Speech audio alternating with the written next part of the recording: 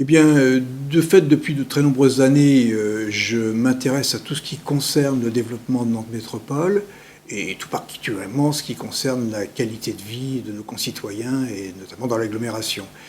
Je me suis donc engagé très rapidement, dès le débat public, dans une association composée de militants motivés, qui défendent sur les volets aspects nuisances et gênes sonores, liés à la position de l'aéroport actuel.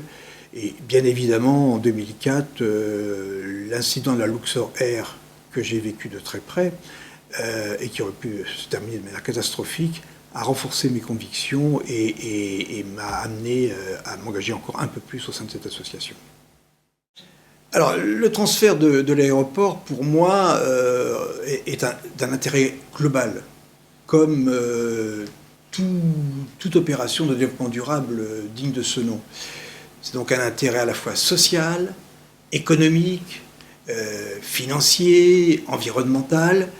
Financier parce que c'est un aéroport public qui est quand même financé aux 2/3 par un concessionnaire privé, donc peu d'investissement des fonds publics, et en plus récupérable sur les bénéfices de l'aéroport dans sa gestion. Ce qui prime évidemment pour nous, c'est vraiment le bien-être des habitants. Et donc c'est la suppression des risques et des nuisances sonores et environnementales liées au survol à basse altitude de notre agglomération. Voilà, les gens attendent depuis de trop nombreuses années que l'État respecte ses engagements. Nous espérons que cela sera fait sur un dossier qui n'est plus un projet, mais sur un dossier qui est une opération engagée, validée techniquement, administrativement et juridiquement. La seule vraie raison qui a empêché le début des travaux, c'est l'occupation illégale de la zone du futur aéroport, on le sait bien.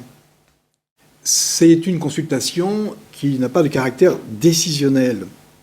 Le transfert est un choix de bon sens soutenu par les élus, toutes tendances confondues.